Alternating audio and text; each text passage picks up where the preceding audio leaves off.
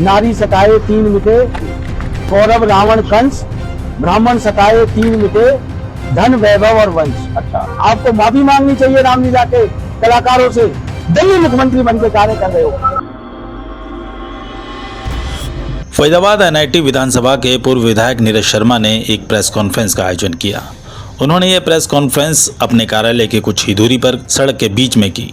इस सड़क पर सीवर का पानी भरा हुआ था। उन्होंने सड़क पर सीवर के पानी को लेकर यहाँ के विधायक के 100 दिन के विकास को लेकर तो सवाल उठाया ही, इसके साथ साथ उन्होंने मुख्यमंत्री नायब सिंह को भी डमी बताया।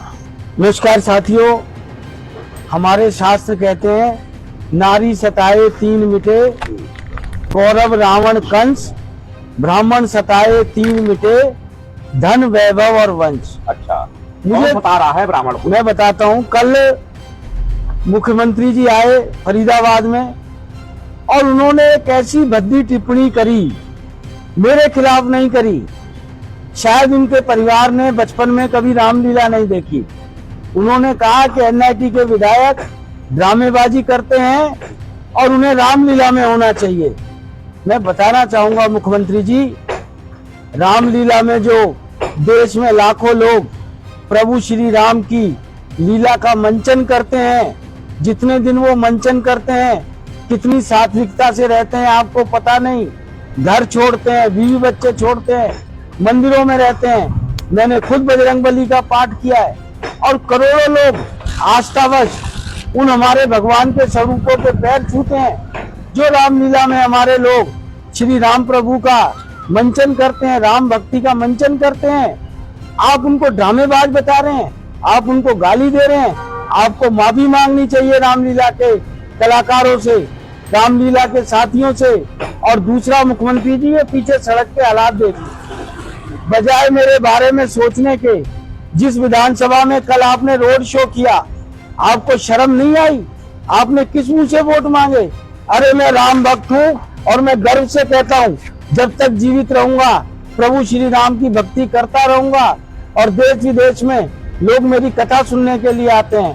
पर मैं आपकी तरह जन्मी नहीं हूँ, मैं आपकी तरह किसी का मुखौटा नहीं हूँ, मैं आपकी तरह किसी का दिखावटी मुख्यमंत्री नहीं हूँ। मैं जनता के लिए मरने मिटने वाला व्यक्ति हूँ और आप तो सरकारी साधनों का, जहाज का, हेलीकॉप्टरों का साधन प्रयोग कर रहे हो। हरियाणा के हितों की आपकी चिंता नहीं है और सिर्फ आप दिल्ली मुख्यमंत्री बन के कार्य कर रहे हो। और डम्मी भी ऐसे व्यक्ति के बन रहे हो जो नश्वर व्यक्ति है। डम्मी सीएम है बैनी साहब? बिल्कुल डम्मी सीएम है। हकीकत के सीएम होते हैं, इन समस्याओं को नहीं पता होता।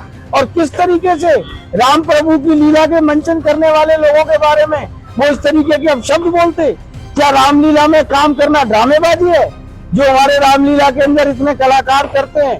रामायण सीरियल आया और उस सीरियल में चाहे प्रभु राम का रोल किया हो, चाहे सीता माँ का रोल किया हो, चाहे रावण का किरदार जिन्होंने निभाया हो, वो देश की सबसे बड़ी पंचायत में सदस्य बने। और विडंबना ये है कि ऐसी भाजपा से बने।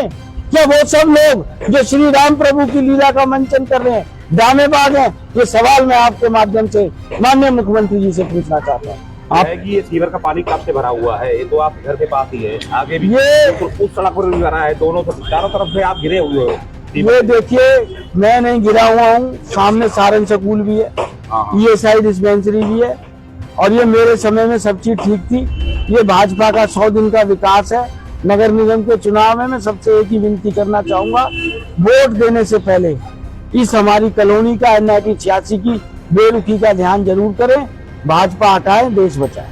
नीरज जी, आपको चोट इस बात की पहुंची है कि उन्होंने राम का नाम लिया है या यहाँ की सीवरेज की समस्या है?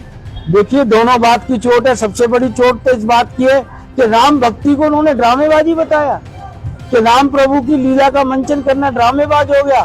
मैं गर्व से कहता हूँ, मैंने रामलीला में हनुमान जी का पाठ खेला है और एक नहीं कई वर्षों तक खेला है।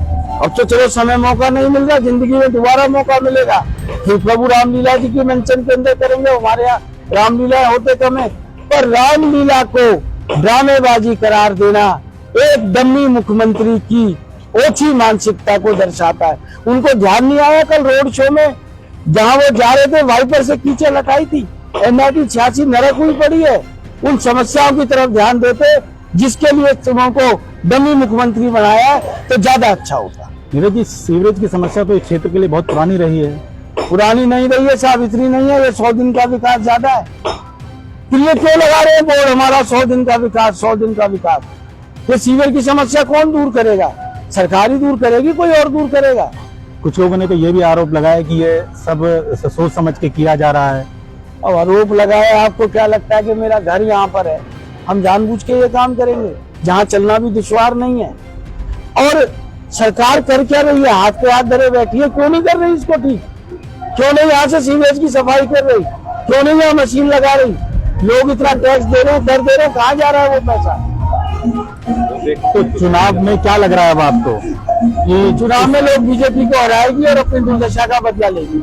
नीरज जी, आप कह रहे हैं बीजेपी चुनाव में हारेगी, लेकिन देखा जा रहा है कि कांग्रेस के ही कैंडिडेट उनकी गोद में जाके बैठ रहे हैं। वो एक आध जगह हो गया है ऐसा, और राजनीति है, राजनीति में सब चलता है, पर उसका दूसरा रास्ता भी निकाला है। और जहां पर इन्होंने कांग्रेस के कैंडिडेट को बिठाया है, वहां से तो मैं शर्तिया कह सकता हूँ भाजपा हारेगी। धन्यवाद। आपके वार्ड में है सीएम साहब से क्या अपील करना चाहेंगे? मैं अपील नहीं करना चाहूंगा, एक डमी मुख्यमंत्री से मैं क्या अपील करूंगा? मुख्यमंत्री हो तो उससे अपील करेंगे। मैं तो डमी मुख्यमंत्री जी को ये कहना चाहूंगा कि डमी मुख्यमंत्री जी, श्री राम प्रभु की भक्ति में लगो। रामलीला के मंचन करने वाले कलाकारों को जो जितनी सात्विकता से रहते हैं, जब प्रभु का किरदार निभाते हैं, प्रभु का स्वरूप बनते हैं, व्रत रखते हैं, ब्रह्मचर्य का पालन करते हैं, मैंने खुद किया है, घर परिवार छोड़ते हैं, उनका अनादर मत करो और प्रभु राम की भक्ति में ध्यान लगाओ। और एक बार हो सके, जैसे जमुना जी का पानी पी के आया था, इस जन्म में एक बार रामलीला जरूर देख के आओ और रामलीला के कलाकारों से मिलो। उस दिन आपको एहसास होगा कि रामलीला में मंचन करना ड्रामेबाजी नहीं है, प्रभु की सच्ची भक्ति है।